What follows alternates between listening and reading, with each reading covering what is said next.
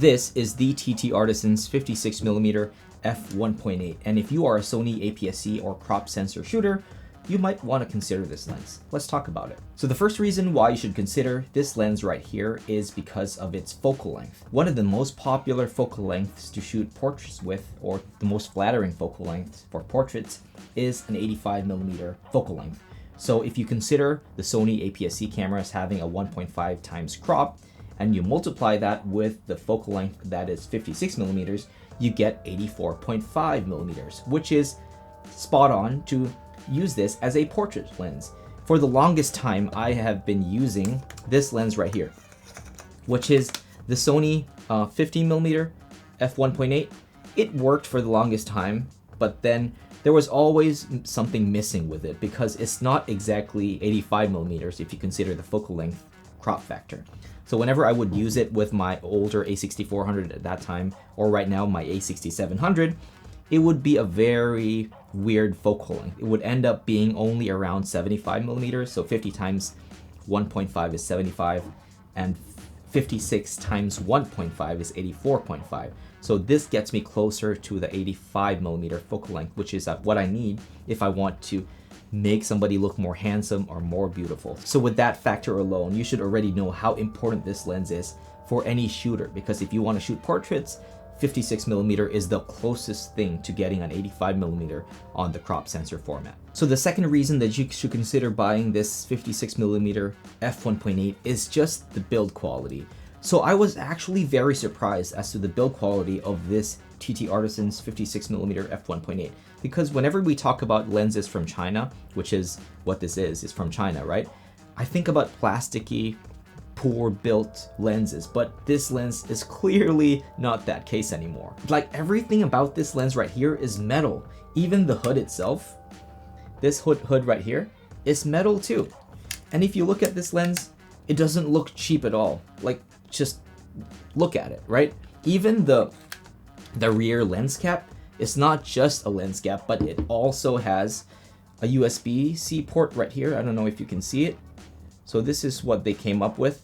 If you want to do some firmware updates with this lens, if they do release firmware updates, which is for sure they will, this is a good way to do that, because before you had to buy lens docking systems, but TTArtisan's thought of a way to make it more simple. And also, I'm a big fan of this lens hood right here. If you look at the hood, it's like a very odd shape, right?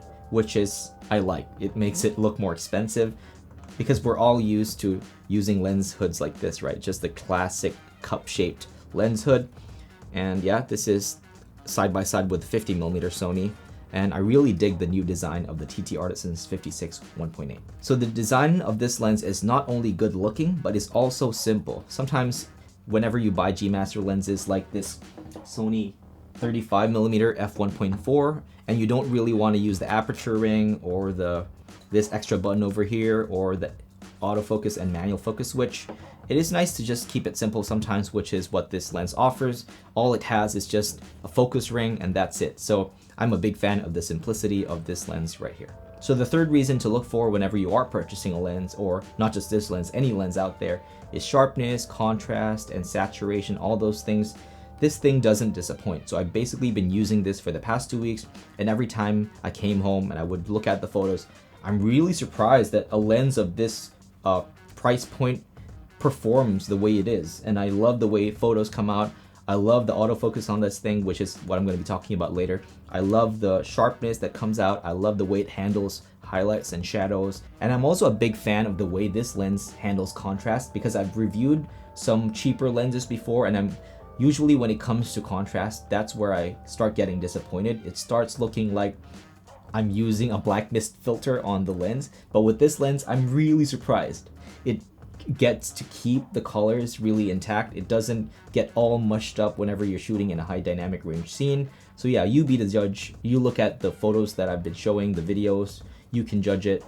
What you see is what you get. No post-processing was added. So one more good thing about this lens right here, because it has an f1.8 aperture, it's gonna handle shooting in low light pretty well, and it's gonna give you that creamy background, which means you're gonna get a lot of that background separation, that what we call bokeh. So if you wanna isolate your subject from the background, this is the lens to get. Also, because of that f1.8, the lens opens up pretty big, which allows you to shoot in low light. So if you like to shoot at night a lot, you want to get that like bokeh balls at the back, like lights at the background that are blurred, this is a good lens to go for. It's a very good lens to keep. Like what I said, it has good contrast, which means if you do shoot at night, it's not going to show noise as apparent as some cheaper lenses. So the fourth reason why you should consider this lens right here is autofocus. So usually whenever you think about cheap lenses, right, you think that they will be all manual focus. So this lens right here actually is an autofocus lens. It has some pins at the back right there, which allows it to talk to the camera,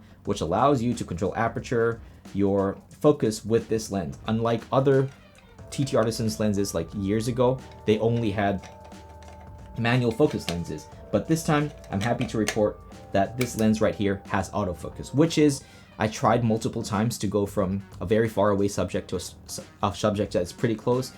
Every single time it would hit the subject that I wanted, which is very impressive. I thought that it would miss because maybe the autofocus system of this wouldn't cooperate well with my Sony A6700, but it really blew my mind. I can't believe that such a cheap lens could focus so well. And last but not least, the main reason why I love this lens is the price. It is only $138 brand new on Amazon. So if you're looking for a lens that can handle pretty much everything related to subject photography, I'm very specific with this. If you're buying this lens, I'm already guessing that you want this lens for portraits, okay? If you want to take portraits of people, like isolate them from the background, if you have a very busy background and you don't want it in the shot, this is the kind of lens that you want. If you want a lens that can perform good in low light, this is a good lens to get because of that f1.8 aperture.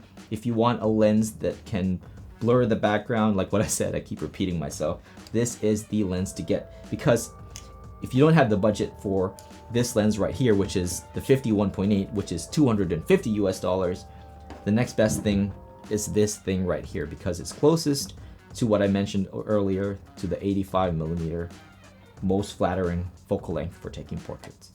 So thank you guys so much for watching this video. Thank you for hearing me out. Thank you for putting up with my rambling sometimes. So thank you guys so much for watching, and I will see you guys in the next video. Peace.